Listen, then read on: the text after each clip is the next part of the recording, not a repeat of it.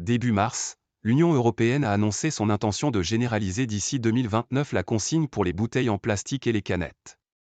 Alors que les autorités européennes mettent en avant les taux de recyclage des pays ayant déjà adopté cette mesure, des associations de protection de l'environnement critiquent une fausse solution et qui ne résout pas le véritable problème. Analyse. L'Union européenne veut devenir une bonne élève de la lutte contre la pollution plastique.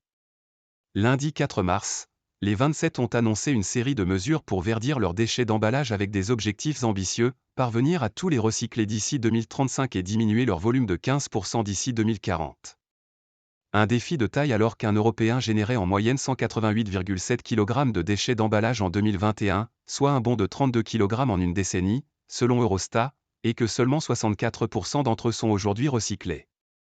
Or, parmi les gobelets, colis, barquettes et autres déchets, deux types d'emballages viennent particulièrement remplir les poubelles européennes, les bouteilles en plastique et les canettes. Rien qu'en France, on estime que 340 000 tonnes de bouteilles en plastique ont été mises sur le marché en 2022 pour seulement 50% recyclés, chiffre l'ADEME. Pour pallier ce problème spécifique, le texte de l'UE propose de généraliser un système de consigne d'ici 2029.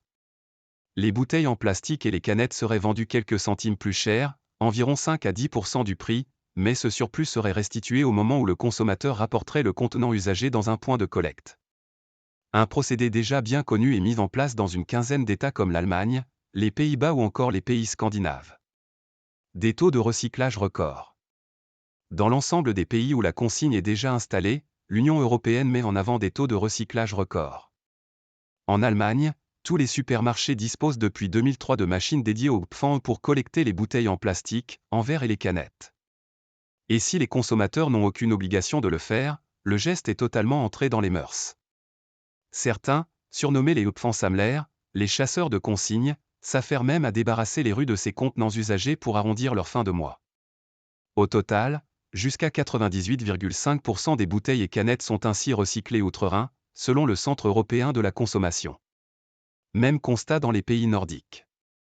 En Suède, les canettes sont consignées depuis 1984 et les bouteilles en plastique depuis 1994.